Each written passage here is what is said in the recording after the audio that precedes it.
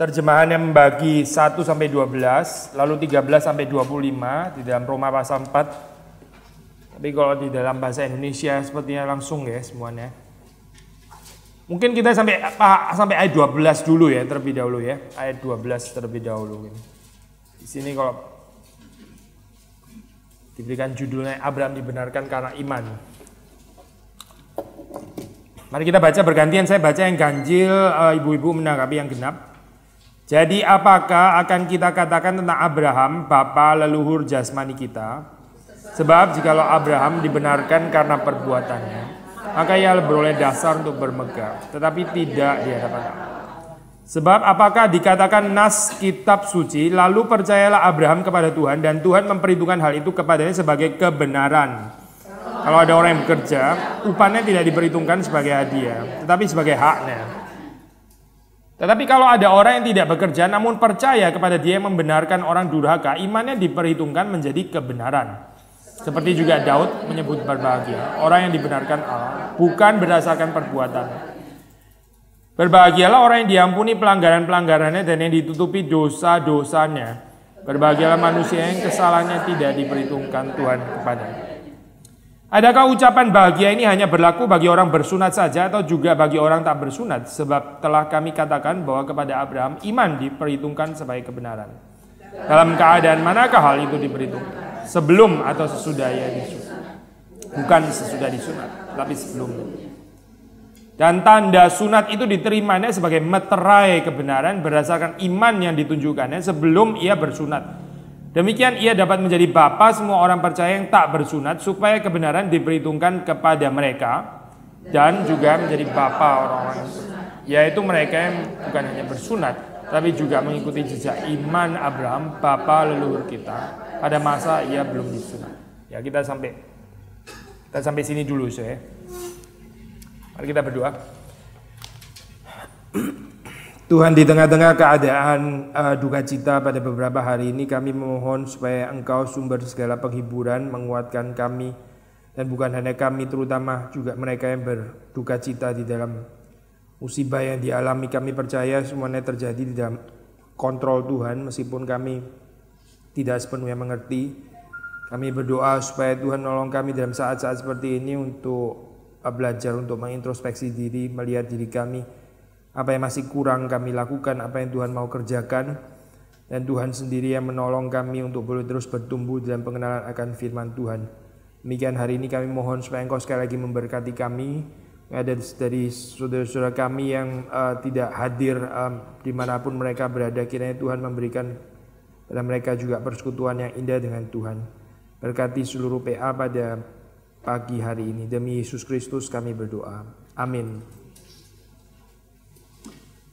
Ya, so kita memberikan judul pertemuan hari ini sama seperti yang diberikan judul di Alkitab, yaitu dibenarkan karena iman. Ya. Kalau di dalam iman kepercayaan reformatoris itu kita menekankan dibenarkan hanya karena iman. Ya.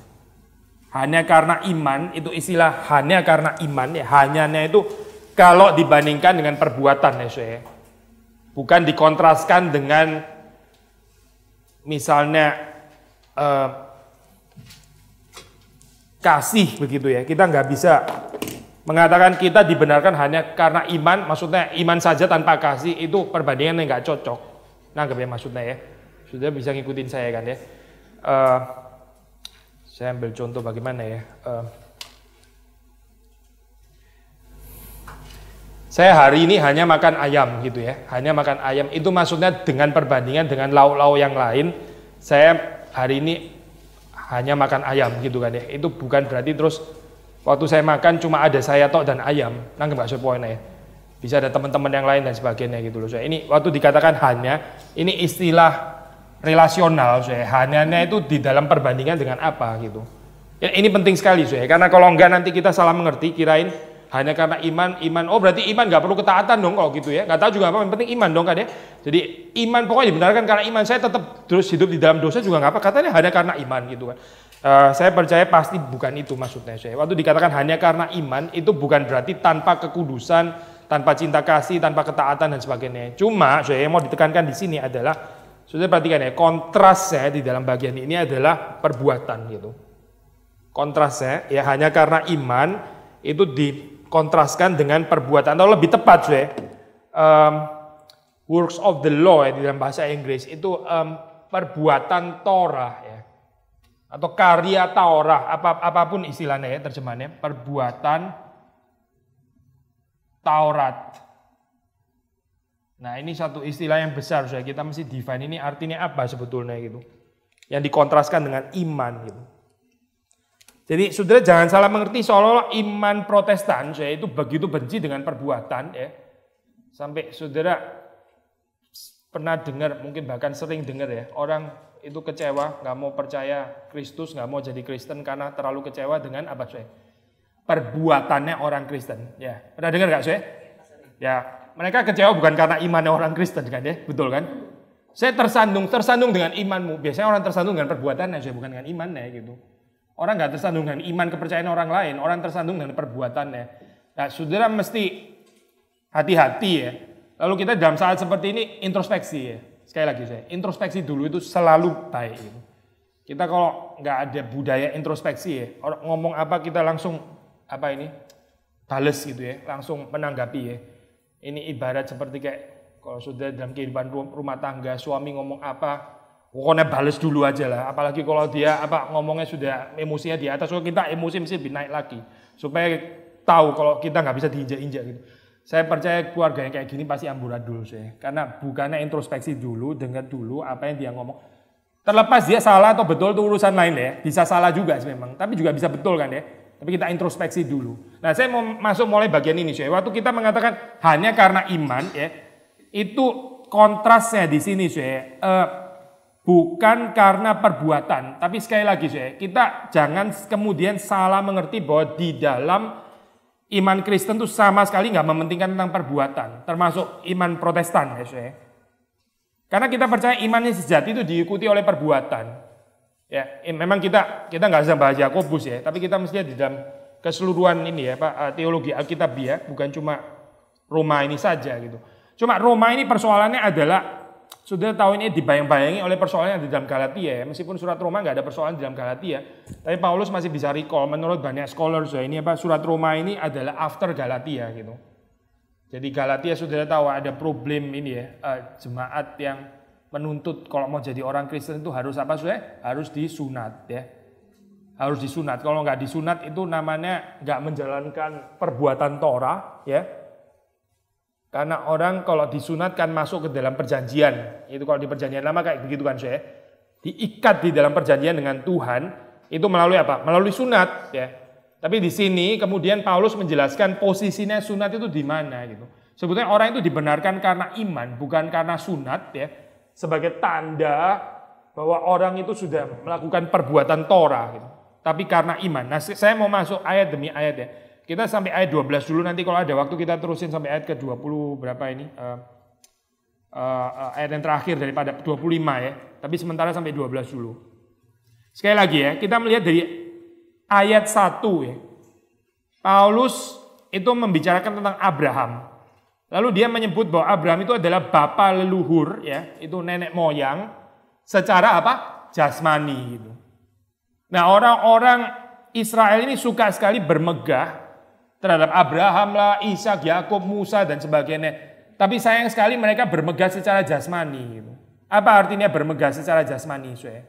Mereka merasa diri adalah keturunan Abraham ya.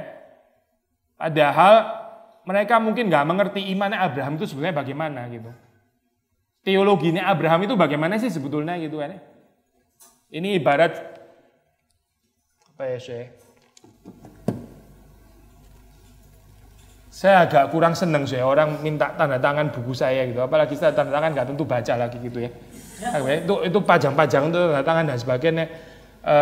Nggak terlalu ada artinya saya bukan berarti nggak mau tanda tangan ya, boleh gitu. Kadang-kadang saya sedikit iseng lah, lu baca dulu setelah selesai baru saya tanda tangan gitu. Membuktikan kalau sudah baca gitu ya. Kita itu hidup di dalam ini dunia yang lebih menekankan fenomena ya, lebih menekankan yang kelihatan daripada yang tidak kelihatan gitu. Kita bisa ngaku diri ini gereja reform, orang reform, di gereja kita mungkin ada lukisan Calvin dan sebagainya. Tapi ternyata pikirannya Calvin apa? Gak tahu, tapi saya ada fotonya. Nggak saya maksudnya ya. Itu namanya jasmania gitu, bergerak di jasmania. Ada orang bangga, saya sudah dengar khotbahnya Stephen Tong dari saya masih remaja gitu. Coba apa? Saya sudah dengar pokoknya. Iya apa? Ya sudah dengar. Sudah lupa juga. Sudah dengar, sudah lupa, sudah gak peduli dan sebagainya. Membanggakan sudah pernah dengar khotbahnya dari, terus mau apa? Saya sudah dengar dari remaja terus mau apa gitu. Kebanggaan gitu ya, sifatnya jasmani ya, sifatnya lahiri ya. Tapi gak betul-betul mengerti gitu ya. Foto sama kanan kiri ya, ini profesor ini baca bukunya juga enggak. Tapi saudara foto sama orang terkenal itu, saudara enggak tertarik sama pikirannya dia dan sebagainya. Ini kekristenannya sifatnya fenomenal. Tahun lalu kan kita ngomongin reformasi kan, saya 500 tahun. Semua orang tahu bahwa Luther somehow kayaknya paku-paku lah, ada 95 tesis. 95 tesisnya apa? Kasih tahu satu tesis saja, apa tesisnya? Enggak tahu. Ya ini loh, saya ini kan problem kan di dalam kekristenan kayak gini. Kalau kita lebih suka cerita-cerita dramatis Luther yang inilah itulah, kita sebut nama-nama Luther, ada kejadian di Wittenberg gitu ya dan sebagainya. Tapi kita nggak tertarik sama sekali belajar pikirannya Luther. Apa sebetulnya pikirannya gitu? Nangkep saya ini ya. Nah ini ayat 1 ya. Jadi apakah akan kita katakan Abraham bapa leluhur jasmani kita? Ini sudah kalimat peringatan saya. Kamu jangan sombong. Abraham itu memang adalah bapa leluhur jasmani ya, yang pasti adalah bapa leluhur jasmani kita. Abraham bukan bapa leluhurnya orang-orang di Yunani ya atau orang-orang di Indonesia, bukan. Abraham itu bapa leluhur jasmani ya orang-orang Israel ya, orang-orang Yahudi. Tapi ini sekaligus adalah kalimat peringatan kalau dia cuma adalah bapa leluhur jasmani, bukan bapa leluhur secara rohani, nggak membawa kita kemana-mana. Ayat 2, sebab jikalau Abraham dibenarkan karena perbuatannya, maka ia beroleh dasar untuk bermegah tetapi tidak di hadapan Allah. Kenapa sih saudara? Paulus begitu kritikal terhadap perbuatan. Kalau saudara lihat di dalam ayat 2 ini intinya adalah bicara tentang kerendahan hati saudara. Bukan bahwa perbuatan itu sama sekali nggak perlu ada gitu. Yang betul-betul kritis dengan penekanan perbuatan itu adalah waktu orang bermegah atas perbuatannya, dia cenderung jadi sombong. Ya, sekali lagi saya, bukan seolah-olah orang Kristen nggak perlu punya perbuatan. Kalau perlu perbuatan bejat sekalian aja. Bukan itu saya, bukan. Tapi kalau kita begitu menekankan perbuatan, bukan iman, yang terjadi adalah kita mempunyai dasar untuk bermegah, itu maksudnya sombong saya gitu ya. Dan saya percaya hal seperti ini kita bisa confirm ya di dalam kehidupan sehari-hari. Kadang-kadang waktu kita sakit hati, saya suka pakai contoh ini saya, keluarga menurut saya ini yang paling dekat gitu ya. Saudara kan ibu-ibu, saya bapak-bapak gitu ya. Kita salah satu sphere aspek yang paling dekat dalam kehidupan kita yang kehidupan keluarga gitu. Kadang-kadang kita waktu konflik dengan ini pasangan ya, Pak, ada saat-saat seperti itu ya. Kita boasting apa yang sudah kita kerjakan, apa yang menjadi jasa-jasa kita gitu. Nyambung nggak saya kalimat ini? Kalau yang nggak nyambung berarti sudah sangat rendah hati gitu ya. Atau mungkin terlalu sombong untuk mengakui kesombongan. Kita bilang, ini loh saya sudah kerjakan ini. Karena kita sudah terlalu kesel gitu ya. Kadang-kadang kita bicara seperti itu mungkin untuk mengingatkan ya, supaya orang lain sadar juga gitu bahwa bukan dia toh yang sudah kerja, kita juga sudah kerja. Tapi kalau di dalam kehidupan kita suka kayak begini terus ya. Sekali lagi ya, tapi kalau di dalam kehidupan kita suka ngomongin gini terus, saya pikir itu sakit ya. Karena kita jadi apa ya? Ya ini orang-orang sombong itu orang-orang sakit sebetulnya gitu. Yesus itu datang ke dalam dunia mau menyembuhkan kita daripada penyakit. Salah satu penyakit ya ini penyakit sombong. Penyakit yang suka memegahkan hitung-hitungan jasa saya, hitung-hitungan kelebihan saya, hitung-hitungan kemegahan dan seterusnya. Ini semua anti Injil. Saudara perhatikan ya, ini adalah satu cara pandangan dunia yang sangat berlawanan dengan Injil. Injil itu bukan cuma siapa percaya Yesus, angkat tangan, undang Yesus masuk dalam hati, kamu masuk surga gitu kan. Maaf ya saya, itu reduktif luar biasa Injil kayak gitu. Saya nggak tertarik dengan Injil yang seperti itu. Bukan berarti nggak mau tentang orang percaya kepada Tuhan. Nah, orang percaya Yesus angkat tangan terima dalam, tapi hidup melawan Injil. Dia sombong gak karu-karuan. Itu berarti nggak percaya Injil sebetulnya. Kalau saudara percaya Injil, saudara mengerti bahwa nggak ada dasar untuk memegahkan perbuatan kita. Itu baru Injil. Ini kan Paulus bicara Injil kan saya. Dibenarkan karena iman itu kan bicara Injil. Ya, mari kita menghidupi Injil saya. Bukan cuma mengkhotbahkan Injil, tapi menghidupi Injil. Orang yang menghidupi Injil itu sudah mengkhotbahkan Injil di dalam kehidupannya. Dan tentu saja kalau ada kesempatan waktu dia secara verbal, ya dia mesti bilang juga secara verbal. Saya bukan berarti nggak ada tempat untuk memberitakan Injil secara verbal. Saudara harus memberitakan Injil secara verbal. Tapi jangan cuma ngomong tok secara verbal, tapi terus sendiri nggak tertarik sudah dengan cerita Injil. Apa itu cerita Injil? Ini loh, saya baca lagi ya ayat 2. Jikalau Abraham dibenarkan karena perbuatannya, maka ia beroleh dasar untuk bermegah. Ya. Kalau kita menekankan perbuatan kita, kalau kita orang Kristen terus bicara tentang perbuatan, akhirnya kita menjadi orang-orang yang sombong. Kita bisa sombong di hadapan manusia, karena orang lain mungkin perbuatannya betul, nggak lebih baik daripada kita. Perhaps achievement kita itu, pencapaian kita itu lebih besar daripada orang lain. Mungkin saja kan saya, kita bisa lebih kaya daripada orang lain, kita bisa lebih pintar daripada orang lain. Ya saya bisa lebih tulis buku lebih banyak daripada orang lain, mungkin kan saya gitu kan ya. Tapi Alkitab kemudian mengatakan tetapi tidak di hadapan Allah. Masalahnya dengan orang-orang yang bermegah di dalam perbuatan itu, dia selalu banding-banding dengan orang lain. Dia nggak berani banding di hadapan Allah.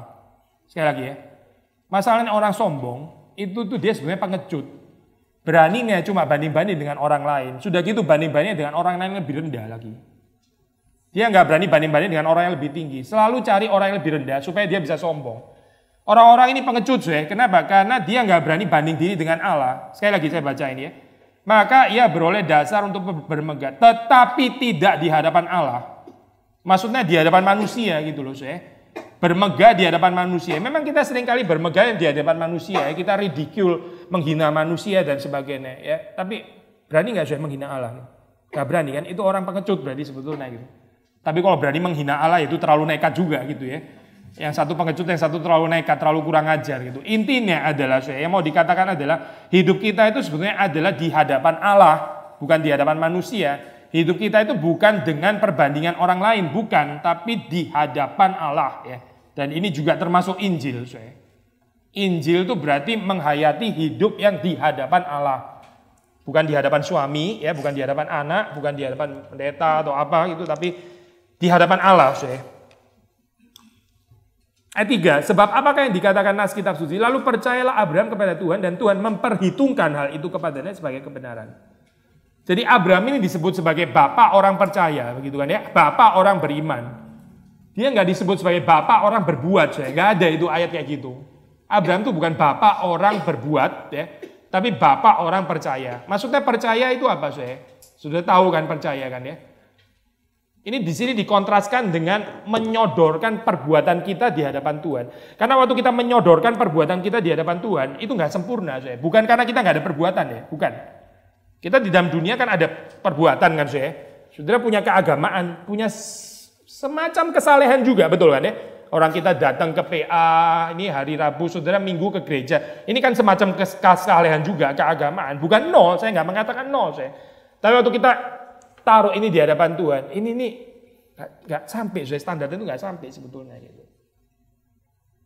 Ini ibaratnya seperti kayak saudara mau apa kita kadang-kadang kasih kado orang kaya ulang tahun itu ya agak repot karena dia nggak perlu apa-apa ya bro. Saudara kok kasih uang lucu juga gitu ya. Saya biasanya sih kasih buku gitu ya, kasih buku. Bukan dia nggak bisa beli buku, dia juga bisa beli buku pasti gitu ya. Tapi mungkin nggak bisa pilih buku gitu ya. Jadi kita kasih bagian yang dia belum bisa. Tapi kalau saudara kasih orang kaya uang, ya itu agak lucu Mungkin seperti kayak malah penghinaan gitu ya. Apalagi kalau saudara kasihnya sedikit lagi gitu ya. Tapi ngasih banyak ya nggak kuat juga gitu ya. Karena kita sendiri juga perlu uang gitu. Dia kayaknya lebih nggak perlu daripada kita perlu gitu kan. Ini real life real life. Akhirnya kita mesti cari, kita bisa kasih sesuatu apa yang meaningful untuk dia ya. Yang dia memang katakanlah nggak bisa dapat itu gitu loh Kan gitu kan Nah sekarang coba saudara menghadap Allah ya. Saudara mau kasih apa gitu. Kasih perbuatan, itu konyol luar biasa loh Betul-betul konyol dan nggak tahu diri orang kayak gitu. Ada orang kasih ilustrasi sederhana ya. Ini dia diundang party, diundang pesta. Pestanya mewah luar biasa makanannya begitu mewah gitu. Diundang kan berarti gratis kan Ini nggak ada tiket masuk terakhir setelah makan dia keluarin dompet. Dia datang kepada yang punya. Ini ya 200 rupiah, saya mau berbagi di dalam pesta. Saya mau nyumbang gitu. Kurang ajar ya Bener loh, kurang ajar loh. Pestanya itu nggak tahu berapa juta gitu. Dia keluarin 200 rupiah. Saya nggak enak makan gratis kayak gini. Jadi ini saya bayar itu. Kurang ajar loh orang kayak begini, betul ya, kurang ajar. Memangnya bisa jadi apa sih 200 ini ya, beli satu telur aja nggak cukup gitu. Mungkin cuma beli berapa butir nasi kali ya, dan dia makannya begitu banyak di pesta. Demikian juga di dalam kehidupan Kristen, kita bawa perbuatan di hadapan Tuhan gitu. Kita mau bangga dengan perbuatan. Itu kurang ajar, betul-betul kurang ajar gitu. Karena Tuhan tuh sudah kasih semuanya, ini kehidupan ini pesta, pesta yang nggak selesai-selesai. Dianugerahkan Tuhan kepada kita keselamatan, itu bukan cuma di surga nanti, tapi di sini dan sekarang kita menikmati, terus kita tambah-tambah pakai 200 rupiah lah, 100 rupiah dan sebagainya. Ini kan offense ya, betul-betul menyinggung perasaan. Seperti kayak Tuhan itu nggak cukup perlu ditambahin 100 rupiah, 200 rupiah, supaya dia bisa menyelamatkan kita. Nah inilah poinnya, waktu dikatakan di sini, bukan karena perbuatan, sekali lagi ya, saudara mesti mengerti poinnya gitu.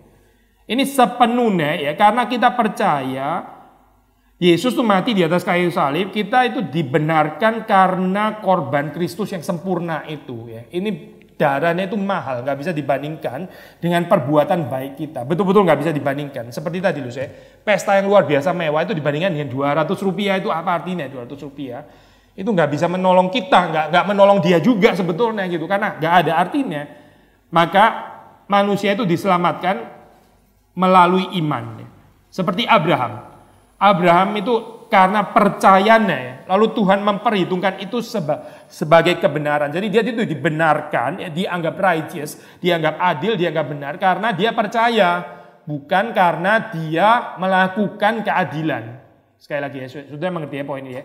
Jadi dia dibenarkan, dia dianggap adil, bukan karena dia sendiri adil atau benar, tapi karena dia percaya kepada kebenaran yang diberikan Tuhan kepadanya. Kekristenan ini apa sih? Kekristenan ini isinya itu Tuhan memberi kepada kita. Selalu itu dari awal sampai akhir itu. Saya sudah pernah kutipkan Luther waktu terakhir sebelum dia mati ya. Luther pekerjaannya banyak loh Luther tuh pekerjaannya banyak, luar biasa kan, kita tahu kan ya. Luther berbuat banyak, betul kan ya.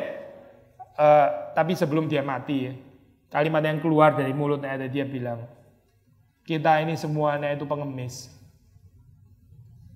Dan itu benar, betul sekali. Terus setelah itu dia mati. Dia menghadap Tuhan itu miskin, buta, telanjang ya. Padahal dia berbuat banyak Tapi waktu dia menghadap Tuhan, dia bilang, kita tuh sebenarnya semua cuma pengemis. Pengemis yang cuma bisa menada, minta belas kasihan Tuhan. Nah ini ini yang kita mau belajar. Orang-orang yang alkitabiah kayak begini. Bukan orang-orang yang bolak-balik boasting tentang jasanya, kelebihannya dan sebagainya. Sekali lagi itu anti Injil, itu bukan Injil ini. Saya nggak peduli ya, saudara beritakan Injil, ngomong-ngomong, tapi saudara suka boasting, saudara punya perbuatan. Saya pikir saudara nggak percaya Injil sebetulnya ini. Karena itu melawan Injil. Jadi kita jangan tertipu dengan fenomena gitu. Kita mesti balik ke Alkitab. Alkitab mengajarkan apa tentang Injil? Injil itu spektrumnya luas Kalau kita betul-betul menghidupi Injil, kehidupan kita akan diubahkan seluruh aspek. Bukan cuma mulut kita pintar ngomong, bukan itu kecil sekali gitu. Tapi saudara akan berubah, kehidupan keluarga saudara berubah, bagaimana saudara melihat uang akan berubah, saudara hidup berjemaat akan berubah, saudara melihat tetangga berubah, bagaimana saudara melihat dunia pekerjaan akan berubah, bagaimana mendidik anak juga berubah, semuanya berubah kalau kita menghidupi Injil ya. Dan sekali lagi apa itu Injil? Injil itu percaya namanya percaya. Percaya di sini dilawan katakan bukan dengan ketidakpercayaan ya. Sekali lagi ya. Percaya di sini di dalam konteks Roma 4, lawan katanya bukan tidak percaya, bukan. Lawan katanya apa? Memegahkan perbuatan. Sekali lagi ya. Kalau di Yohanes itu betul. Nah, kalau sudah baca di dalam konteks Yohanes, lawan katanya percaya itu tidak percaya. Jadi ini percaya, kamu percaya kepada anak Allah yang diutus. Ada orang yang nggak percaya, Ini jadi belief versus unbelief ya, ketidakpercayaan. Itu Yohanes, Ini juga betul, ini Alkitab. Tapi kalau sudah baca di dalam Roma 4, percaya itu lawan katanya bukan tidak percaya, Jadi istilah percaya itu sekali lagi saya suka pakai istilah spektrum. Sudah tahu istilah spektrum nggak sih? Spektrum itu satu hal, terus ada spektrumnya gitu, ada sekelilingnya. Ada spectrum of meanings Kalau kita spektrumnya sempit kita bilang percaya, ya lawan katanya sudah simple loh, percaya nggak percaya Paulus nggak ngomong itu Paulus ngomong lawan katanya percaya itu adalah memegahkan perbuatan. Jadi dengan kata lain orang yang terus-menerus memegahkan perbuatannya itu sama dengan orang tidak percaya sebetulnya. Nggak poin ini? Ya. Karena percaya itu berarti berhenti memegahkan perbuatan. Kalau menurut ayat ini. Abraham itu percaya, bukan karena dia memegahkan perbuatannya, tapi dia dibenarkan, ya, diperhitungkan kepadanya, itu percayaan itu sebagai kebenaran. Karena percaya itu tadi, ya, bukan karena perbuatannya. Lalu Paulus menambahkan, kalau ada orang yang bekerja, upahnya itu tidak diperhitungkan sebagai hadiah, tetapi sebagai haknya. Saya pikir ayat ini jelas ya, ini paradigma ya. Saudara kerja sesuatu ya, saudara dijanjikan gaji berapa. Setelah saudara pada akhir bulan misalnya gitu ya, dapat gajinya, terus kita dapat. Itu hak saudara kan, betul kan ya? Kita nggak bisa mengatakan bahwa orang itu waktu kasih saya gaji, oh itu dia sedang berbelas kasihan kepada saya. Ini bukan belas kasihan, ini memang hak saya. Nah, bukan ya? Saudara pergi ke salon ya, saudara minta dipotong rambut atau whatever lah, dikeriting dan dilurusin dan sebagainya, tergantung. Kalau yang keriting lurus, yang lurus kepingin keriting gitu kan saya. Kita kan selalu bolak-balik orangnya. Saudara pergi ke sana ya, terus setelah selesai saudara bayar kan ya. Ya memang hanya dia terima uang kan saya. Saudara nggak bisa ini saya menolong keluargamu. Enggak menolong sama sekali. Orang lu potong kok tadi gitu. Kalau lu nggak potong, lu kasih itu, lu bilang lu menolong, ya oke gitu. Ini kan memang ya harus lah, itu memang hanya dia untuk terima uang saudara gitu. Jadi ini fair aja, saklek gitu ya. Ini lu kasih uang, dia kasih lu jasa gitu kan ya. Jadi dia kasih saudara jasa potong, saudara kasih dia uang, ya sudah selesai kan ya. Ini kan sederhana kan kayak begini ya. Gak usah bicara tentang pemberian, gak usah bicara tentang apa yang saya kasih karunia, anugerah, gak ada anugerah di sini. Yang ada yaitu ya memang hanya dia begitu kan ya, jelas kan ya. Nah, Paulus mengatakan kalau ada orang yang bekerja ya, itu upahnya ya itu bukan hadiah, tapi memang adalah haknya, bukan anugerah, bukan kasih karunia. Tapi keselamatan itu bukan itu, saya. Injil itu bukan itu. Betul-betul bukan itu, saya. Ini bukan karena kita hidup saleh, ikut PA, terus kemudian suka berdoa ya, cinta Tuhan dan sebagainya, karena ketaatan kita dan sebagainya, lalu kemudian kita dibenarkan. Kalau kita dibenarkan kayak begini, ya berarti nggak ada anugerah, saya. Ini memang upah kita, nangkep ya, saya. Karena saya produce kok, saya memproduksi sesuatu. Lalu terus Tuhan kasih kita keselamatan. Ya udah memang hak saya dong kalau kayak gitu keselamatan gitu. Nah, saya mengatakan begini, saya. Tadi kita akan seringkali mengatakan ini bukan Injil, ini bukan Injil, ini bukan Injil. Saya bukan mengatakan ini ya, saya. Saya bukan mengatakan di dalam dunia ini nggak ada paradigma upah ya. Di dalam dunia kita ada hak, betul ada hak. Orang lain juga bisa ada hak dari kita ya. Tapi waktu kita bicara Injil, kita nggak bicara kewajiban atau entitlement mendapatkan hak. Tapi waktu kita bicara Injil itu kita bicara belas kasihan Tuhan. Kita bicara penerimaan Tuhan yang nggak bersyarat. Sementara kita itu cuma pinjam istilah Luther, ya cuma mengemis gitu kan ya. Saudara tahu orang mengemis kan di jalan kan ya. Saudara hutang nggak sama dia? Kalau saudara nggak kasih, itu salah nggak saudara? Susah ya ngomong kayak gini, memang susah pertanyaan saya. Nggak kasih memang bisa salah juga sih kalau kita terlalu pelit gitu kan. Tapi poin saya gini loh saya. Gini. Ini di lampu merah ada 15 pengemis berderet di sana gitu ya. Lalu saudara kasih 1 gitu. Saudara bersalah nggak sama 14 yang lain? Enggak, saudara nggak salah. Saudara nggak utang apa-apa sama yang 14. Bahkan coba perhatikan ya. Bahkan saudara nggak kasih pun saudara juga nggak salah gitu. Tapi kalau saudara nggak bayar pembantu rumah tangga saudara, itu saudara masalah. Jadi dia kerja gratis dong kayak gini gitu kan ya. Misalnya pembantu rumah tangga kita itu Kristen gitu, terus akhir bulan karena kita sesama orang Kristen, kita mesti saling mengasihi gitu ya. Jadi saya nggak usah bayar, kamu nggak, jangan hitung-hitungan kayak begini loh. Nggak bisa dong, saya sudah mesti bayar dong. Itu hanya dia kok gitu kan ya. Dia kerja itu hanya dia, sudah mesti bayar dong. Tapi pengemis itu saudara nggak kasih, nggak harus kasih juga gitu. Saudara nggak akan dikejar polisi terus dipidana karena nggak kasih pengemis. Nggak ada cerita itu saya di Indonesia. Kalau ada aneh juga gitu ya. Bukan cuma di Indonesia, dimanapun juga nggak ada. Maksud saya adalah pengemis itu nggak ada hak saya untuk mendapatkan uang saudara, itu nggak ada hak gitu. Dan saudara juga sebetulnya nggak punya kewajiban untuk kasih kepada dia. Tapi untuk saudara kasih itu bukan kategori kewajiban, itu adalah kategori ya anugerahnya saudara gitu. Itu bukan kewajiban saudara, tapi itu anugerah gitu. Ini pinjam istilahnya Tuhan ya. Ini kasih karunia belas kasihan yang saudara berikan gitu. Saudara nggak harus, ya. Ini bicara ngomongin hukum dulu gitu saya. Ya of course kalau kita terusin sebetulnya dibilang nggak harus ya harus juga karena Allah memerintahkan kita to love our neighbor gitu. Tapi ya oke lah ini cuma contoh lah saya. Kita kasih pengemis kan juga mesti ada bijaksana nah gitu ya. Siapa yang kita kasih, kapan kita kasih dan sebagainya. Tapi saya nggak sedang membahas tentang teologi pengemis saya di sini. Saya bahas tentang Roma 4 ya. Ini tadi cuma contoh gitu. Balik lagi saya. Ayat 4 mengatakan kalau ada orang yang bekerja, upahnya tidak diperhitungkan sebagai hadiah tetapi sebagai haknya. Orang yang menghidupi Injil itu saya nggak terus-menerus menghidupi ini loh saya paradigma entitlement gitu. Saya aplikasi langsung ya di dalam kehidupan keluarga ya. Kita kerja, saudara jaga anak setengah mati, urusan household rumah tangga. Kadang kan kita bisa capek gitu kan ya. Terus kita bisa menuntut suami. Kapan ini kita traveling? Saya kerja gini terus kayak sapi perah. Ayo dong, lu oke traveling atau hadiah atau tas atau apalah pokoknya gitu kan ya. Terus saudara merasa entitled gitu kan. Misalnya gitu ya. Karena kita sudah kerja lelah, capek, ya dia mesti kasih semacam hadiah. Tapi ini bukan Injil, bukan gitu.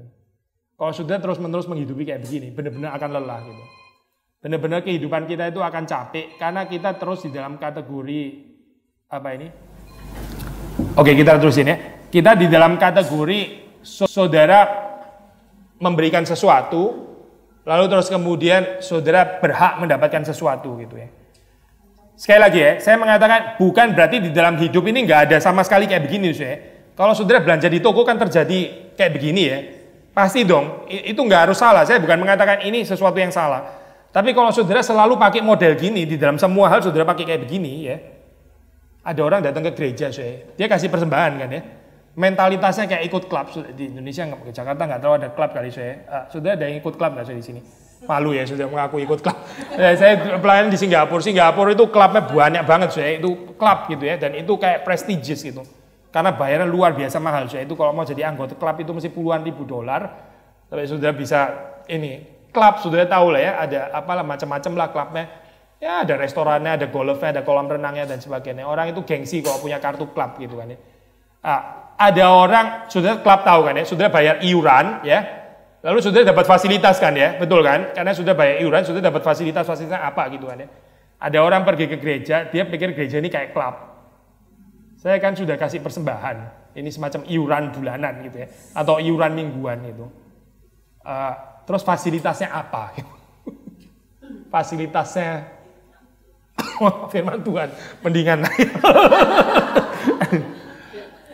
Tapi ada orang itu paradigmanya itu nuntut saya, karena dia sudah kasih persembahan, dia pikir ini semacam iuran, terus gereja mesti kasih fasilitas apa kepada dia gitu.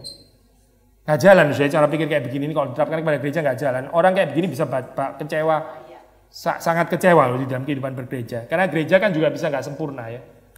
Ntar dia nggak dibesuk, ngamuk karena dia konsepnya itu konsep klub gitu saya. Saya sudah kasih persembahan, ayo dong gereja melakukan sesuatu untuk saya gitu.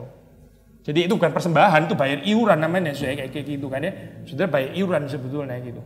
Kita kan bukan bayar iuran saya di dalam gereja kan. Sudah menikah dengan suami ya, sudah kita melakukan tanggung jawab ini ya Pak, tanggung jawab anak lalu keluarga, rumah tangga gitu kan. Saudara kan bukan pembantu kan ya, betul kan ya? Kalau saudara pembantu, saudara hitung-hitungan. Pak, saya sudah kerja ini, mana gaji saya gitu kan ya?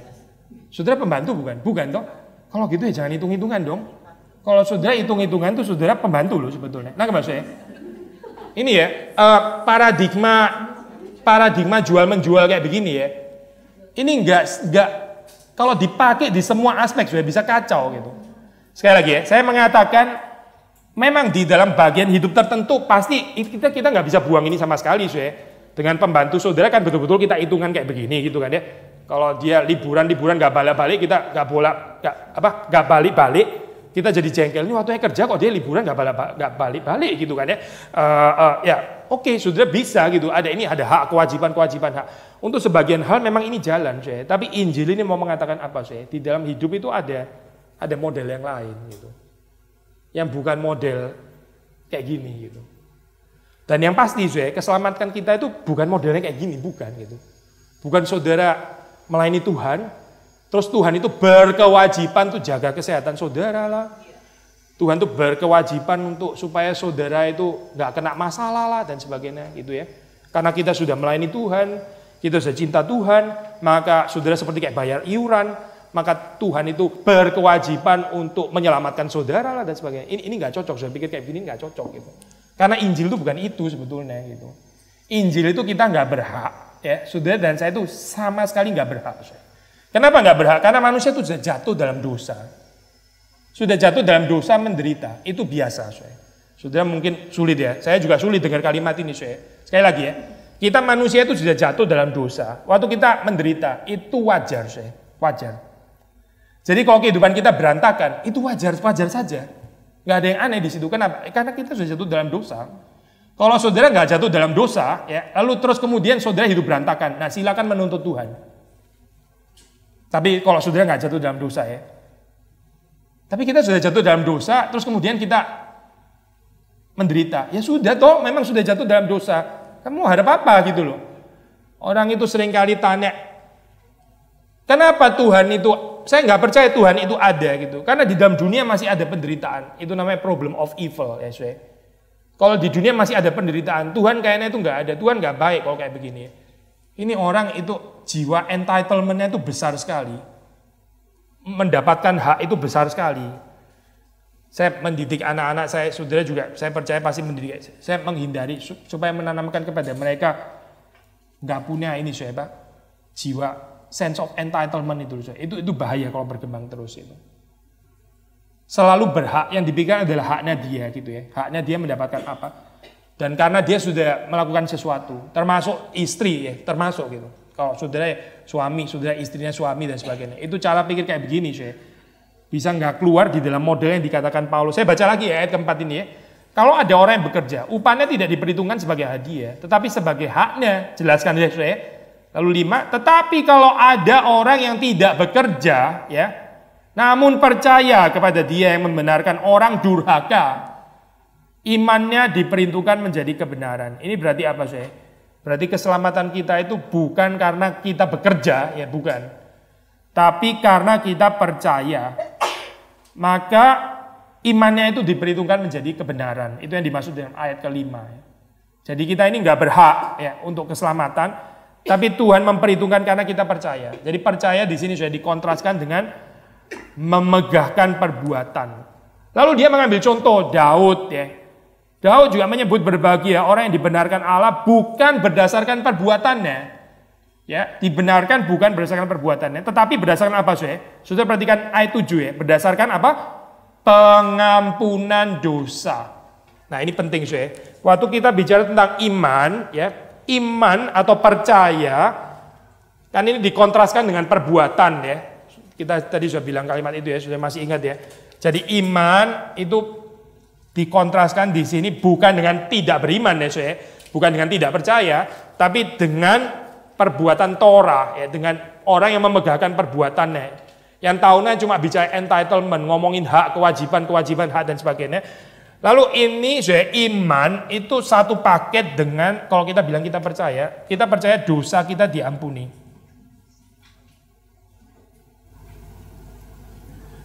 Saya kemarin ini ya komplain di atas mimbar karena gereja kita kok sudah nggak ada lagi doa pengakuan dosa secara komunal maksudnya. Mungkin di rumah orang masih mengaku dosa gitu ya. Saya nggak tahu. Tapi di gereja kita nggak ada doa pengakuan dosa. Padahal di GRI liturgi awal itu ada pengakuan dosa. Lama-lama jadi hilang. Itu bahaya sekali. Memang waktu kita berdoa pengakuan dosa bisa ada side effect-nya. Tapi enggak, berdoa pengakuan dosa side effect jauh lebih besar daripada berdoa pengakuan dosa lalu kemudian ada salahnya. Ya Pak Tong pernah mengingatkan, saya ulang ya ini khotbah kemarin actually. Khotbah kemarin dulu lah maksudnya. Pak Tong mengingatkan orang berdoa tentang pengakuan dosa ya, ntar bisa jadi kayak excuse gitu. Dia berdosa lagi ngaku dosa lagi, berdosa lagi ngaku dosa ya. Ini bahaya ya mengaku dosa kayak begini jadi kayak main-main gitu ya. Enggak ada pertobatan yang sungguh. Tapi setiap kali, halah berdosa lagi, nanti tinggal ngaku dosa, nanti terus bisa berdosa lagi. Ya ini hati-hati ya, maksudnya spiritual itu kritikan yang penting dan kita mesti hati-hati supaya tidak jatuh ke dalam spiritualitas seperti itu ya. Tetapi ya bukan berarti terus kalau gini lebih baik nggak mengaku dosa. Karena mengaku dosa bisa salah, bisa main-main loh ntar waktu kalau gini kita jangan mengaku dosa. Saudara nggak mengaku dosa, Sekali lagi ya, bagian ini ya. Iman itu sangat berkaitan dengan pengampunan dosa. Daud itu dibenarkan karena dia percaya. Percaya apa? Percaya akan pengampunan dosa. Lalu kalau sudah nggak ada pengakuan dosa, percaya di mana? Saya tanya. Orang yang nggak ada pembicaraan tentang dosa, pengakuan dan pengampunan dosa, pasti akan jatuh ke sini. Kalau saudara nggak suka bicara kelemahan saudara di hadapan Tuhan ya, terutama gitu. Kalau kita nggak ada waktu untuk membicarakan kelemahan kita supaya diampuni oleh Tuhan, nggak ada kepekaan ini, pasti yang ada dalam kehidupan saudara, saudara akan memegahkan perbuatan-perbuatan saudara. Nggak ada dosa yang dikritik Yesus lebih tajam daripada self-righteousness. Sekali lagi ya, di dalam Injil itu dosa yang paling diserang tajam oleh Yesus Kristus itu bukan perzinahan. Saya bukan merendahkan dosa perzinahan ya. Perzinahan itu dosa serius, kita mesti hati-hati. Tapi nggak ada dosa yang dikritik Yesus begitu tajam, ya, begitu keras, selain dosa self-righteousness. Yaitu apa? Merasa benar sendiri. Itu loh orang fasih ahli Taurat ya. Yesus ngomong paling keras kepada mereka kan ya. Yesus ngomong keras nggak kepada Sakius? Nggak ngomong keras kan? Dia tax collector. Tax collector kemungkinan besar koruptor. Kita bisa benci sekali dengan koruptor ya. Ini konteks Indonesia. Kita benci kan dengan koruptor ya. Kita benci nggak sama orang self-righteous? Kita nggak berani benci. Karena benci gimana? Saya sendiri self-righteous. Benci diri sendiri berarti gitu. Kan nggak poin ini. Mari kita tata lagi. Waktu kita bicara tentang dosa, saudara mesti tata lagi gitu. Alkitab itu ngajarinnya bagaimana. Jangan kita lunak sekali terhadap dosa pride, kesombongan. Terus kita sangat judgmental terhadap dosa perzinahan, ya, korupsi, cinta uang. Itu juga dosa, betul. Memang kita juga harus keras gitu. Tapi kita terhadap dosa self-righteousness lemah, lunak sekali gitu. Bro, kita apa-apalah dia sombong-sombong sedikit. Orang yang pinter soalnya. Memang dia kaya, sombong, wajar lah gitu. Kita kaya ya nggak bisa, kita miskin. Gimana sih? Orang kaya sombong wajar gitu. Kalau saudara baca Alkitab, jawabannya bukan itu sih. Jawabannya celakalah orang-orang kaya. Itu yang ada dalam Alkitab itu. Alkitab nggak bilang wajarlah orang-orang kaya sombong. Nggak ada ayatnya, saya benar-benar nggak ada. Yang ada adalah celakalah orang-orang kaya karena mereka mendapatkan penghiburan di dalam kekayaan mereka. Lukas ngomong kalimat seperti itu sih. Bukan celaka karena kekayaan itu sendiri, bukan.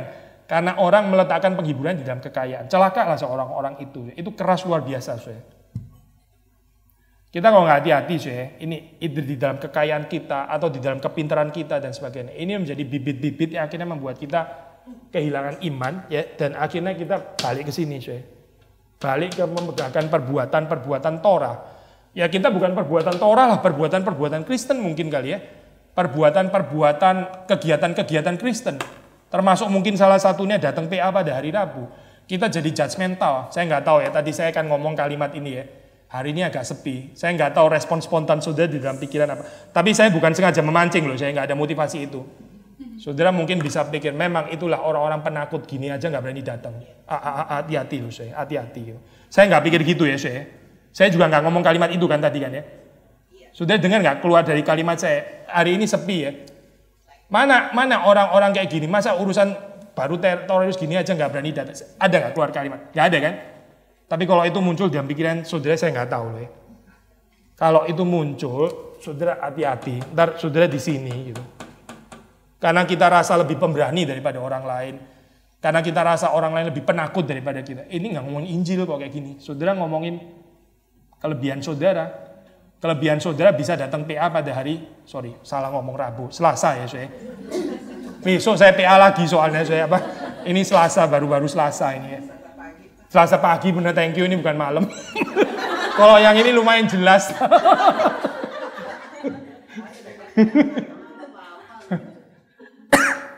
Sekali lagi saya, kalau kita bicara Injil itu memberitakan tentang orang dibenarkan karena dosanya diampuni.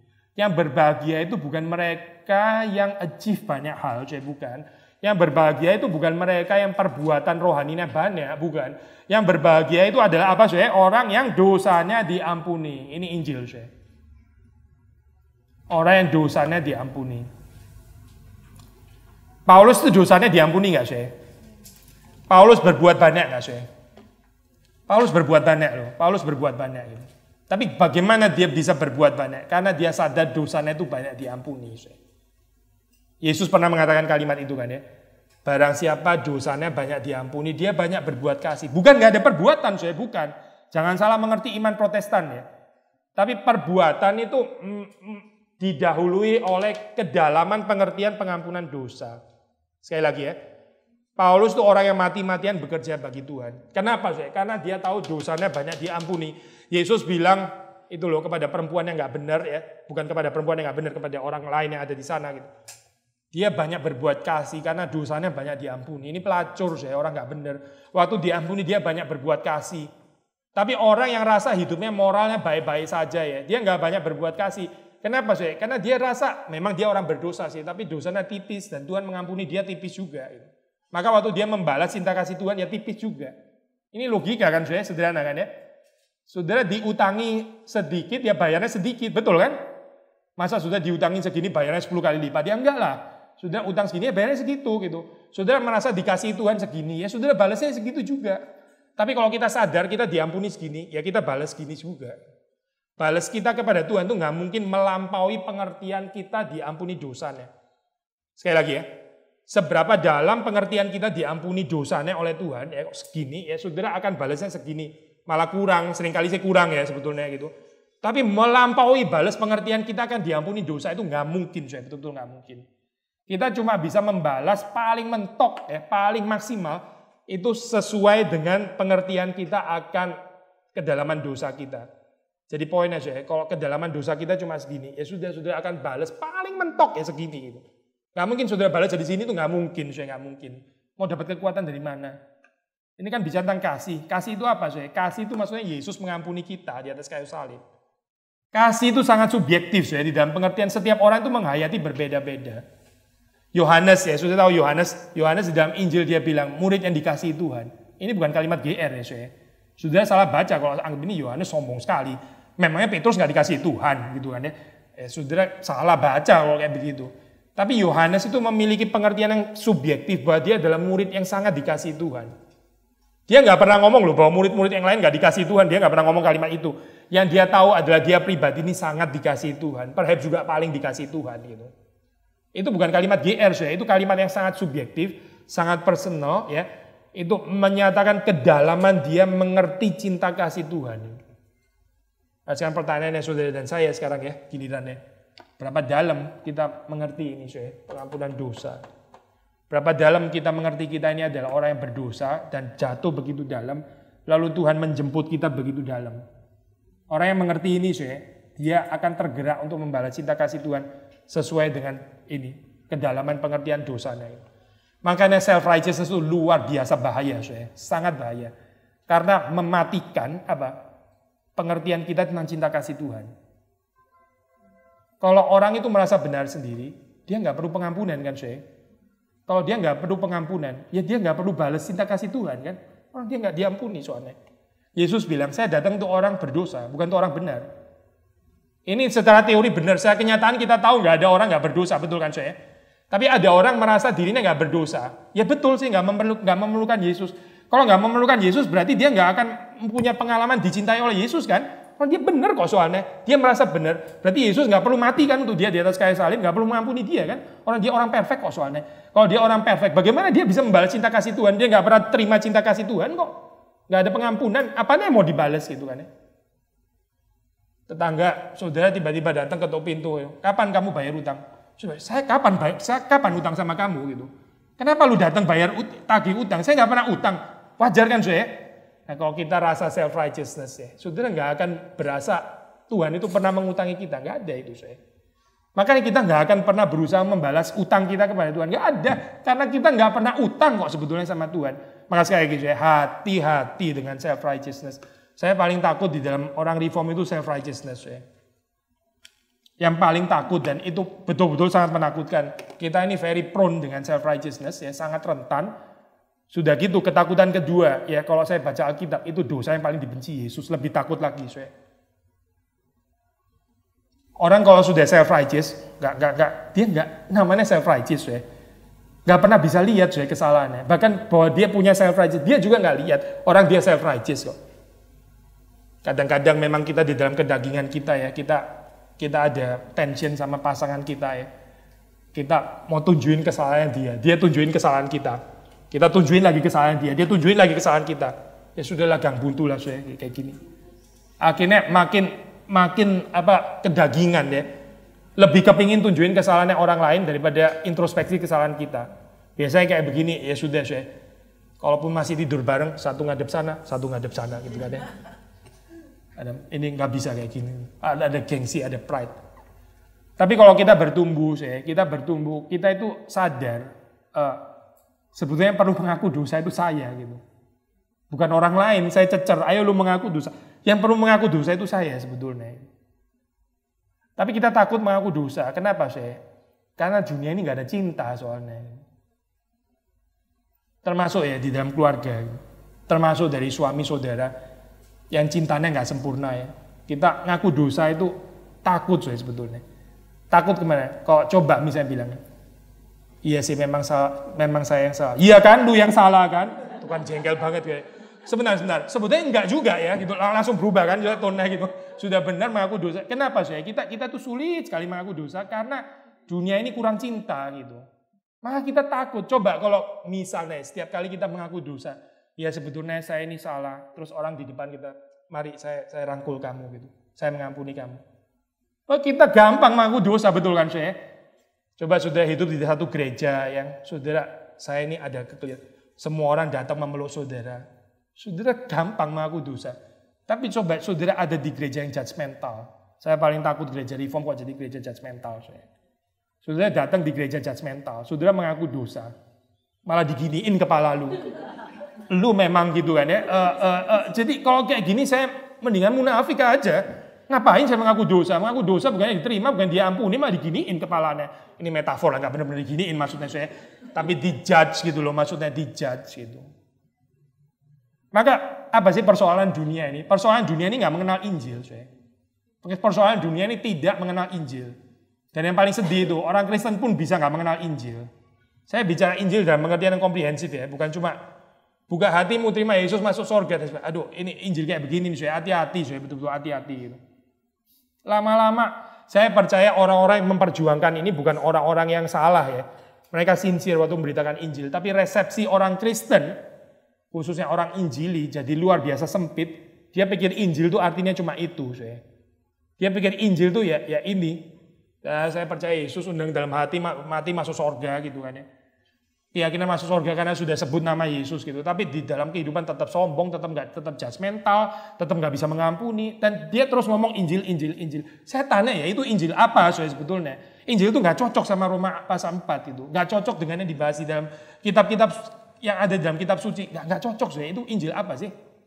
Bukan Injil itu sebetulnya gitu. Ini bahaya loh saya. Kalau kita terus-menerus menghidupi Injil yang reduktif kayak begini, ya akhirnya bisa menjadi Injil palsu lama-lama. Saya di dalam pelayanan lebih banyak kritik orang Injili ya, karena saya orang Injili.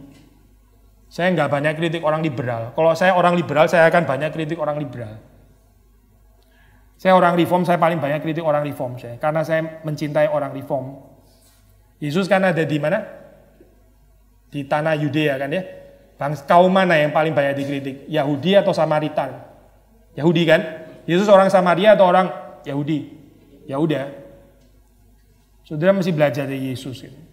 Kalau kita kritik luar-luar terus gitu ya, yang dikritik agama lain, yang dikritik denominasi yang lain dan sebagainya. Hati-hati saya, nanti saudara masuk ke sini. Dan ini adalah bukan Injil, saya bukan Injil. Injil itu di sini.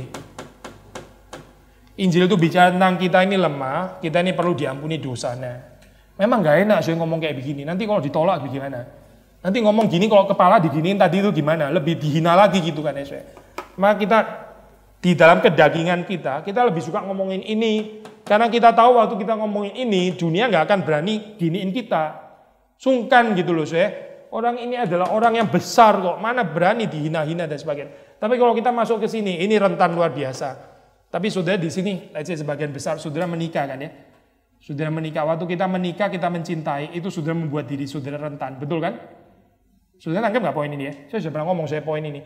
Mencintai itu membuat diri kita itu rapuh untuk disakiti, betul kan?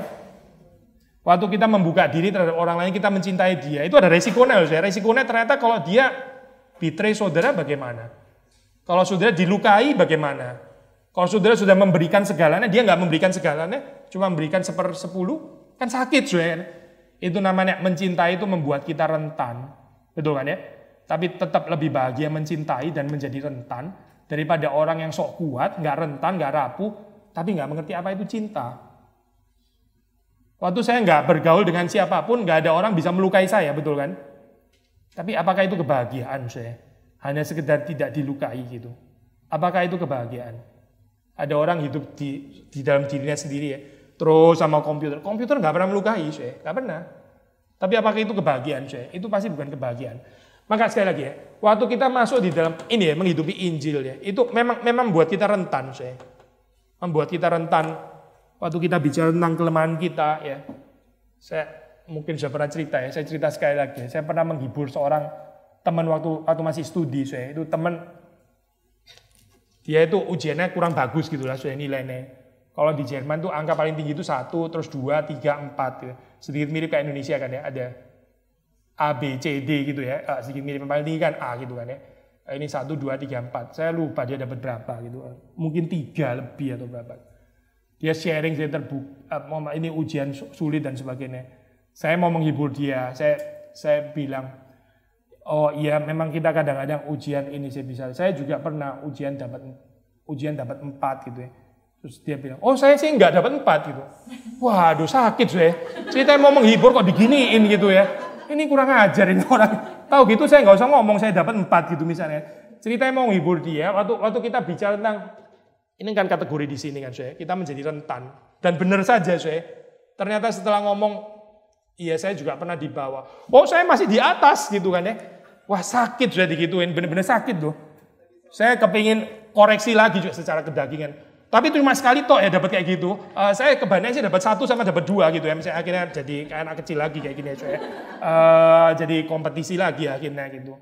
Tapi yang saya mau bilang poinnya adalah waktu kita merendahkan diri itu selalu ada resiko saya. Tapi ya penghiburannya resiko itu adalah resiko di hadapan manusia. Bukan resiko di hadapan Tuhan. Karena Tuhan nggak pernah giniin kita, nggak pernah saya. Waktu sudah mengaku dosa di hadapan Tuhan nggak pernah. Makanya kan saya bilang apa gitu kan? Itu bukan Tuhan yang ada di Alkitab, saya bukan gitu. Tuhan yang ada di Alkitab itu memeluk kita gitu. Dan kalau saudara bertumbuh ya, di dalam kehidupan saudara bertumbuh, makin lama makin dalam hubungan dengan Tuhan, maka lambat laun ya, penilaiannya manusia, penghakimannya manusia, itu nggak terlalu ada artinya, nggak terlalu ada artinya. Tapi kalau hubungan kita dengan Tuhan itu nggak kuat, rentan, nggak kuat, kita itu sensitif sekali dengan penilaian manusia, akan luar biasa sensitif. Orang lain tuh menerima saya, nggak menerima saya, kritik saya, puji saya dan sebagainya, itu sensitif, luar biasa. Tapi kalau sudah punya hubungan dekat dengan Tuhan, yang menerima kita apa adanya, orang lain kritik, ya introspeksi lah, kritik saya introspeksi dulu. Tapi saudara nggak akan oversensitif gimana gitu. Ya kritikan, anggaplah kritikan, memang saudara belum sempurna kalau dikritik orang lain, ya ini Tuhan masih mencintai kita kali. Tuhan masih, bukan kali, Tuhan pasti masih mencintai kita ya. Maksud saya adalah Tuhan mencintai kita, mungkin Tuhan mau pakai orang lain untuk menyampaikan kritik kepada kita. Ya introspeksi lagi lah gitu. Kalau pujian, ya udah kembalikan kepada Tuhan. Itu kan haknya Tuhan untuk menerima pujian. Sudah jangan dipuji terus tiba-tiba ada sayap naik ke atas makin lama makin tinggi terus ntar kecentok, sakit kepalanya gitu ya. Karena naiknya terlalu tinggi. Lupa kalau di atas ada beton. Jatuh lagi bener. Saya terusin ya saya. Berbahagialah apa? Manusia, saya di ayat 8, yang kesalahannya tidak diperhitungkan Tuhan kepadanya. Adakah ucapan bahagia ini hanya berlaku bagi orang bersunat, yaitu orang Israel, atau juga bagi orang tak bersunat? Paulus mengatakan sunat itu kategori yang di sini. Saya bersunat, saya punya Torah dan sebagainya. Perhaps kalau di dalam konteks kita juga bilang, kita punya teologi yang kuat. Kita doktrinnya kuat, kita reform, kita rajin menginjili dan sebagainya. Hati-hati loh, saya hati-hati. Saudara di sini, bukan di sini. Ya. Atau di dalam ini ya, hal-hal yang lain. Saya bisa bahasa lidah, sama, mirip, ada di sini. Saya punya karunia ini ya. Dan seterusnya. Saya pernah di Pentakosta juga, jadi boleh sebut kayak gini juga. Karena saya pernah di dalam. Saya bisa ini, saya bisa itu ya. Ini intinya di sini semua lah, sama gitu. Kita kalau banding-banding lihat semua ada boroknya, Nggak ada satu tok punya borok, denominasi lain juga punya borok, kita pun juga punya borok, semua ada boroknya. Tapi apa sih kebahagiaan? Kebahagiaan itu bilang yang diampuni dosanya. Orang yang ada borok tapi Tuhan masih bisa rangkul dia, itu bahagia,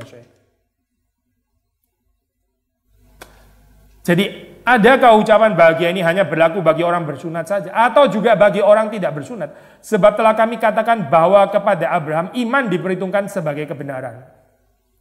Dalam keadaan manakah hal itu diperhitungkan? Nah ini logikanya Paulus ya. Sebelum atau sesudah ia disunat? Jawabannya yaitu apa? Sebelum. Sudah perhatikan ya.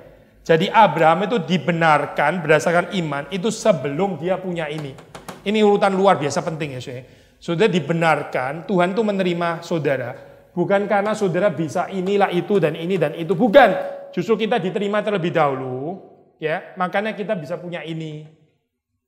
Ya, makanya kita bisa taat. Makanya kita bisa menginjili. Makanya kita bisa punya doktrin yang kuat. Karena diterima terlebih dahulu. Bukan karena kita mencapai itu dulu, terus kemudian Tuhan baru menerima kita. Saya pernah kritik lagu ini kan, meskipun saya ulangi lagi, ini bukan pertama kali ngomongnya.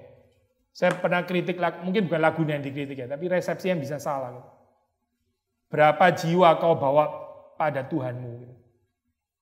Kalau lagu ini diinterpretasi secara positif, ya anggaplah ini sebagai cambukan untuk kita yang malas menginjili. Terus dengar kalimat berapa jiwa, kita jadi ingat lagi ya, iya, saya kok males-malesan ya di dalam menjadi saksi Tuhan. Maka lagu itu memberkati kita. Tapi lagu ini bisa berbahaya, kalau kemudian dihayati secara, jadi nanti di sorga itu, ini kontra sama yang Luther ngomong ya. Saudara masih ingat ya, Luther ngomong apa ya? Sesungguhnya kita ini cuma pengemis terakhir ini. Tapi ini orang, ini Tuhan, ada jiwa-jiwa yang kubawa kepadamu. Maksudnya apa sih? Sudah diselamatkan jiwa, karena bawa jiwa-jiwa itu. Iya, ini balik lagi ke sini kan, berarti balik lagi ke sini lagi. Saya sudah bawa sekian jiwa, ini jiwa, hati-hati, hati-hati. Karena Injil itu bukan itu. Injil itu bukan berapa banyak jiwa yang kau bawa. Tapi bahwa Yesus yang bawa jiwamu yang masuk neraka itu dibawa keluar.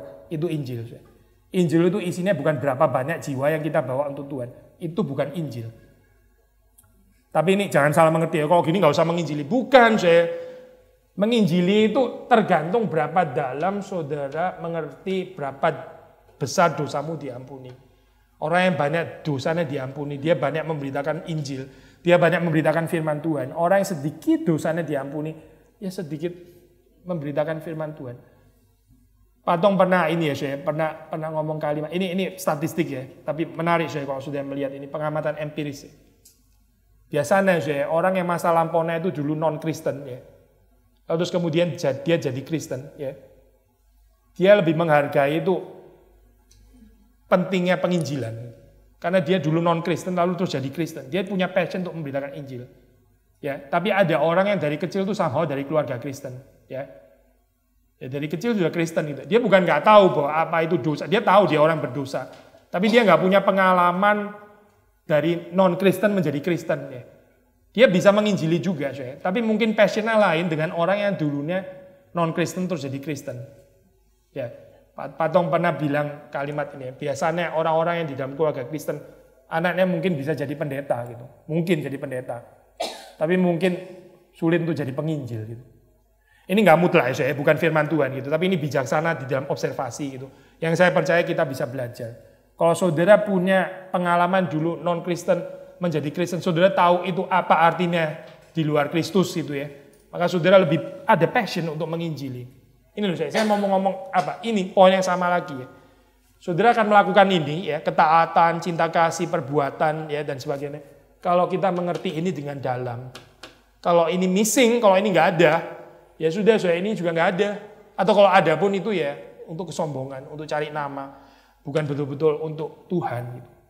Maka sekali lagi ya, kapan Abraham itu dibenarkan? Sesudah dia disunatkah? Dia disunat maka dia dibenarkan, atau justru dia dibenarkan dulu makanya dia disunat? Yang mana sih? Yang terakhir kan ya. Sebelum dia disunat, Abraham sudah beriman. Berarti maksudnya iman itu berlaku baik untuk orang bersunat dan tidak bersunat. Seandainya ceritanya Abraham itu dibenarkan percaya baru setelah dia bersunat, maka Abraham cuma bisa mewakili orang-orang yang bersunat. Tapi Abraham itu percayanya sebelum dia disunat. Jadi dia bisa mewakili juga orang-orang yang tidak bersunat karena percayanya dia ini bukan karena sunat, justru sunatnya dia karena percaya, begitu kan saya? Dia percaya terlebih dahulu baru disunat. Maka dia bisa mewakili baik orang-orang yang bersunat maupun yang tidak bersunat. Jelas ya saya logikanya di dalam ini ya. 11 dan tanda sunat itu diterimanya sebagai meterai kebenaran berdasarkan iman yang ditunjukkannya sebelum ia bersunat. Demikian ia dapat menjadi bapa semua orang percaya yang tak bersunat supaya kebenaran diperhitungkan kepada mereka. Lalu terakhir 12 dan juga menjadi bapa orang-orang bersunat. Juga bapak orang yang bersunat juga, karena Abraham kan disunat juga akhirnya ya. Dia bisa menjadi bapak orang bersunat, tetapi ya sudah perhatikan, yaitu mereka yang bukan hanya bersunat, jadi bukan sunat saja sesuai persoalannya, tapi yang lebih penting di sini adalah yang juga mengikuti jejak iman Abraham, bapak leluhur kita, pada masa ia belum disunat. Jadi gini saya, jadi kalau saya gambar secara sederhana, ini kan Abraham ya. Ini kita masih pakai kategori ini Abraham ya. Di dalam kehidupannya dia pernah disunat ya, saya disunat. Nah, sekarang dia sebelum disunat dia percaya terlebih dahulu dan itu sudah diperhitungkan sebagai kebenaran ya. Jadi dia percaya atau beriman sebelum dia disunat. Karena dia percaya atau beriman sebelum disunat, maka dia bisa mewakili orang-orang yang tidak bersunat juga. Karena dia kan belum disunat di sini kan, saya. Tapi dia juga bisa mewakili orang yang bersunat juga. Karena dia toh akhirnya disunat kan, kita tahu gitu kan ya. Tapi terus kemudian Paulus memberikan catatan ya. Dia bisa mewakili orang-orang yang bersunat ya. Kalau orang-orang yang bersunat ini juga sama seperti Abraham. Dia punya ini. Saya. Nah orang Israel itu apa sih? Ini words of the law itu apa? Ini mereka mengertinya itu ini terutama. Sunat. Kalau kita sekarang bukan sunat ya, tadi saya sudah sebut ya aplikasi modern ya. Di dalam zaman kita mungkin tadi kita rasa doktrin yang kuat lah, mungkin bahasa lidah lah, mungkin karunia mujizat, mungkin karunia nubuat lah, mungkin apa lagi saya, mungkin semangat penginjilan saudara lah dan sebagainya. Ini semacam sunat-sunat modern. Ya, kalau kita nggak hati-hati ini bisa menjadi dasar kemegahan kita yang akhirnya merusak penghayatan kita akan Injil. Ini ironi kan saya. Menekankan pemberitaan Injil malah merusak Injil. Ironi loh saya, betul-betul ironi gitu. Saudara merusak teologi reform dengan justru sangat bangga dengan achievement saudara terhadap teologi reform. Ini kan ironi luar biasa kayak begini kan saya. Tapi dalam Israel juga begini saya. Orang-orang itu ya, orang Farisi, ahli Taurat itu mereka merusak pengertian mereka tentang Taurat dengan membanggakan ketaatan mereka kepada Taurat. Ironi kan saya. Mereka menekankan ketaatan mereka terhadap Taurat. Dengan demikian mereka merusak sebetulnya gitu reputasi Torah. Ini ironi sekali, saya. Tapi sekali lagi ya, kalaupun ada orang-orang yang bersunat, ya, saudara perhatikan ya, Paulus nggak ada maksud. Pokoknya Abraham adalah bapak orang percaya dan beriman. Orang yang tidak bersunat saja. Yang bersunat itu bukan orang percaya, orang beriman. Abraham nggak pernah ngomong kayak begini ya, saya. Atau Paulus nggak pernah ngomong kalimat ini. Yang dia katakan orang bersunat pun, ya, ini kategori doesn't matter. Tahu doesn't matter, saya? Saya pakai baju ya, ini warnanya abu-abu ya. Kalau saya pakai baju warnanya merah atau hijau atau kuning dan sebagainya, doesn't matter kan, saya? Nggak ada urusan gitu. Ini nggak penting gitu. Asal pakai baju, jangan nggak pakai baju gitu ya. Kalau nggak pakai baju baru masalah mengganggu ini apa orang banyak gitu. Saya pakai baju mau warna apa itu doesn't matter. Tahu ya doesn't matter. Doesn't matter itu bukan suatu hal yang penting. Jadi sunat atau nggak sunat itu doesn't matter. Sudah perhatiin. Yang matters itu ini percaya dan beriman. Ya, kalaupun kamu bersunat ya nggak apa-apa juga. Bukan berarti kamu salah kalau kamu bersunat. Tapi kamu bersunat, kamu punya ini nggak? Kamu punya iman atau kamu punya percaya? You sangat giat di dalam melakukan perbuatan baik. Gak apa-apa, doesn't matter. Doesn't matter ya. Tapi di dalam perbuatanmu itu kamu punya iman nggak? Kalau kamu nggak punya iman, kamu akan cenderung memegahkan perbuatan baikmu. Lalu itu bukan Injil berarti gitu. Mungkin kamu bukan Kristen sebetulnya. Tapi kalau kamu punya banyak perbuatan baik, gak apa-apa, doesn't matter. Tapi kalau kamu punya iman, kamu gak akan memegahkan itu. Karena dasar kemegahan kita itu bukan di sana, tapi di sini. Sudah nangkep ya maksudnya ya?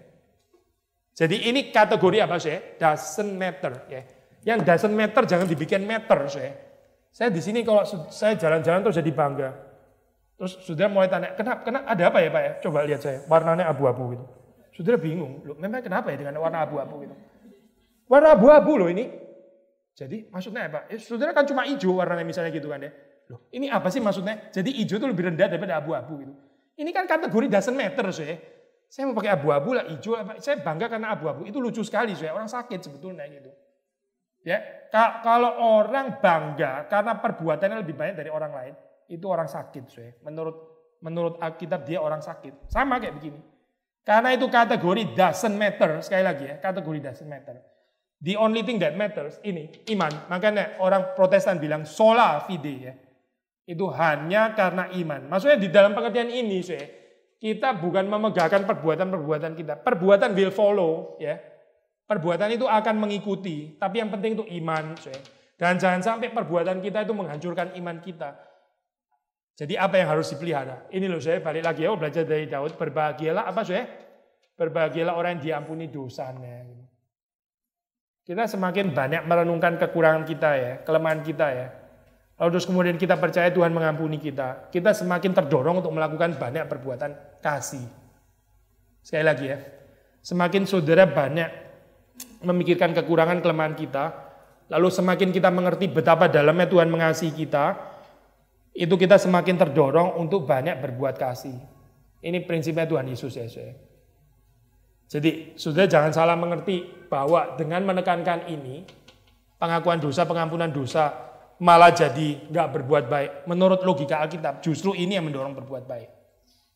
Justru yang nggak mendorong berbuat baik, kalau saudara menerus ngomong berbuat baik, ini yang makin nggak mendorong berbuat baik.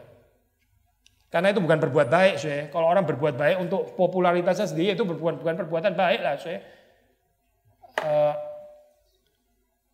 Saya nggak usah kasih contoh lah, saya. Poinnya sudah sangat jelas itu. Kita berhenti di sini saja. Ya sekarang kita masuk dalam pertanyaan, Bu. Ya. Mau menanyakan ya Pak, kalau itu kan sunat itu Taurat. Ya. Kalau baptis itu? Ya, menarik ya. Baptis. Kalau di dalam pikiran orang reform itu banyak disejajarkan ya, Taurat dan baptis ya. Jadi gini saya, di dalam kepercayaan iman reform, baptis itu seperti sunat di dalam perjanjian lama. Maksudnya kita bukan diselamatkan karena kita dibaptis, bukan. Tapi karena iman atau percaya. Cuma kalau kita sudah beriman, sudah percaya. Ya udah kita nyatakan di dalam kesaksian kita mau dibaptis gitu. Kita bukan diselamatkan karena dibaptis, tapi karena percaya ya. Nah orang yang percaya, kalau dia betul-betul mengerti ya dia harusnya menyerahkan diri untuk dibaptis. Baptis itu ucapan syukur kita kepada Tuhan gitu. Kalau baptis itu katekisasi dulu. Ya itu, ya. Kalau Taurat itu kan sebelum disunat juga udah ini ya, sudah percaya gitu. Iya, gini, Taurat sunat itu ini ya, sesudah percaya gitu. Karena Abraham kan belum ada Torah ya. Memang Abraham ada mendengar suara Tuhan, tapi Torah by definition itu kan baru datang melalui Musa ya. Itu Musa, Abraham kan sebelum ada Musa. Jadi kalau kita pakai definisi yang ketat, Abraham itu nggak pernah dapat Torah. Di dalam pengertian Torah yang diberikan kepada Musa, nggak ada. Tapi dia sudah bisa percaya kan ya. Berarti dia dibenarkan bahkan sebelum ada Torah gitu. Sebelum ada perintah sunat bahkan ya. Abraham memang disunat itu. Tapi ini kan setelah gitu kan. Jadi poinnya Paulus mau mengatakan bahwa ini kalau kita pakai baptis sekali lagi katekisasi dan sebagainya. Kita terlebih dahulu percaya, beriman ya. Kalau Agustinus mengatakan iman kita itu berusaha mencari pengertian. Makanya kita perlu katekisasi. Karena saudara nggak bisa bilang cuma saya percaya, saya beriman dan sebagainya. Kalau sudah beriman, saudara makin lama makin mengerti apa yang saudara percaya. Gitu. Makanya kita ada PA, ada streets, ada seminar, ada kelas katekisasi dan sebagainya. Karena kita mau mempertanggungjawabkan iman kita. Gitu. Itu perempuan nggak benar itu ya, yang diampuni dosanya oleh Tuhan. Terus kemudian apa yang dia lakukan? Kan dia mengurapi Yesus kan, betul kan? Ya. Dengan rambutnya ya. Berarti ada tindakan kasih kan saya. Tapi dia terlebih dahulu menerima pengampunan Tuhan. Justru karena dia menerima pengampunan Tuhan, makanya dia mengekspresikan kasih itu. Gitu. Sakius bilang setelah diterima oleh Yesus di rumahnya, Yesus menerima dia apa adanya. Sebagai tax collector, perhaps koruptor. Lalu terus dia bilang kalimat apa? Kalau ada yang apa? Yang saya peras dari orang lain, saya kembalikan 4 kali lipat, separuh dari milikku akan kuberikan kepada orang-orang miskin. Ada orang komentar, ya itu kalimat nggak jelas lah. Dia kan kalau bilang kalau ada yang kuperas, memang nggak jelas betul saya. Mungkin dia memeras, mungkin dia nggak memeras. Jadi kita nggak tahu apakah dia betul-betul kembalikan 4 kali lipat. Karena kalau dia nggak memeras, ya nggak ada yang perlu dikembalikan. Tapi sudah perhatikan ya, setengah milikku kuberikan orang miskin tuh nggak ada kaloknya saya. Sudah bacakan ya ayatnya ya. Kalau ada yang kuperas, ku kembalikan 4 kali lipat. Mungkin iya, mungkin nggak betul. Tapi dia bilang setengah yang daripada ku berikan pada orang miskin. Itu nggak ada tapinya, soalnya nggak ada kaloknya, nggak ada gitu. Jadi dia betul-betul diubahkan hari itu gitu. Regardless dia balikin 4 kali lipat atau tidak, dia menyerahkan separuh miliknya itu kepada orang-orang yang kekurangan. Nah ini ya perbuatan kasih kan ya. Mana lebih dulu? Yesus menerima baru berbuat kasih, atau karena Sakius ngomong kalimat ini maka Yesus baru menerima? Yang mana sih? Yang pertama atau yang terakhir? Yang pertama kan? Yesus menerima terlebih dahulu, makanya Sakius. Nah ini saya makanya kuasa penerimaan itu penting. Saya. Gereja yang diberkati Tuhan itu gereja yang bisa menerima, saya bisa menerima orang lain. Gereja yang nggak diberkati Tuhan itu, sekali lagi ya, gereja yang penerimaannya sangat kondisional. Orang harus buktikan gini dulu baru diterima. Orang mesti gini dulu baru dia diterima. Dan orang ini dulu ya, kebukti ini dulu baru dia bisa dapat pujian. Ini gereja nggak diberkati Tuhan kayak gini. Karena apa sih? Karena dunia juga gini mainnya. Ini gereja yang mirip dunia. Dunia kan kayak gitu kan sih. Saudara membuktikan diri terlebih dahulu baru saudara diterima, betul kan ya? Buktikan dulu kan ya, baru saudara dapat penerimaan. Ya kok gini gereja kayak dunia dong. Gereja itu harusnya beda dengan dunia di dalam hal apa? Di dalam hal penerimaannya saya. Gereja harusnya seperti Kristus, bisa menerima orang. Oh dari kuasa penerimaan itu saya ada transformasi, ada perubahan ya, ada perbuatan kasih. Ada yang lain saya mau komentar yang lain ya. Misalnya kita menginjili seseorang, tapi orang itu yang kita injili belum sampai bertobat. Ya. Itu udah maksudnya belum udah pengampunan dosanya. Pengampunan dosanya siapa maksudnya? Pengampunan dosa dari Tuhan udah diberikan sama orang itu, tapi orang itu yang kita injili belum. Oh belum dong. Gini. Harus sampai Dia belum percaya kan berarti itu. maksudnya kita menginjili itu udah belum selesai kan Pak ya? Iya tapi yang belum selesai itu Tuhan ya gitu. Tuhan bisa pakai orang lain, yang menyelesaikan nggak harus kita. Kita menanam. Iya. Kita nggak tentu yang menuai kan ya. Bisa juga kita yang menuai, mungkin juga. Kalau Tuhan gerakan kita terus untuk setia kepada orang itu, ya kita lanjutkan terus. Tapi kita mesti buka hati, ada kemungkinan juga dilanjutkan oleh orang lain. Ya, itu kita mesti open terhadap pimpinan Tuhan dalam hal ini ya. Ya kita berharap pada akhirnya dia percaya. Ya. Ada lagi yang lain? Ya Bu. Kalau begitu Pak, urutannya mungkin iman bukan yang diberikan kepada perbuatan, tetapi perbuatan itu adalah hasil daripada iman. Iya betul. Seperti kata Paulus kan, Ya. iman tanpa perbuatan adalah. Oh itu Yakobus maksudnya ya. Yakobus ya. Ya. Jadi memang tekanan kita ini pada surat Roma ya. Dan kalau sudah melihat kecenderungannya di dalam surat Roma itu iman versus perbuatan gitu. Tapi kita kan nggak bisa cuma lihat Roma ya. Tadi saya singgung juga ada Yakobus dan sebagainya. Sebenarnya nggak ada pertentangan sih dalam Yakobus dan Roma gitu. Cuma Yakobus melihatnya ya iman yang sejati itu pasti disertai dengan perbuatan gitu. Iman yang sejati pasti akan membawa ke sini gitu. Tapi kalau Paulus mengatakannya adalah sebelum kita bicara ini, mari kita bicara iman dulu gitu ya. Jangan campur-campur ini, karena nanti kita confuse, bingung. Kalau ini sudah campur jadi satu, ntar bingung gitu. Yang mau Paulus tekankan adalah iman itulah yang menyelamatkan kita, bukan perbuatan gitu. Tapi kalau sudah lihat nggak usah Yakobus ya, bahkan di dalam surat Roma sendiri ya, ini mengantisipasi. Pasal 12 kan dia bilang serahkanlah dirimu gitu. Tetap dong, imannya sejati ada penyerahan diri. persembahkanlah dirimu sebagai korban yang hidup. Kan ada tantangan juga untuk ini ya, untuk mengikut Tuhan, untuk mempersembahkan diri, untuk dikuduskan dan seterusnya dan seterusnya. Bahkan terakhir kalau sudah baca surat Roma, Paulus bicara tentang persembahan bahkan ya. Menantang mereka untuk kasih persembahan, mendukung gereja yang di Yerusalem gitu. Jadi bukan berhenti hanya pada iman percaya terus tanpa perbuatan, bukan sih pasti bukan itu. Ada lagi yang lain?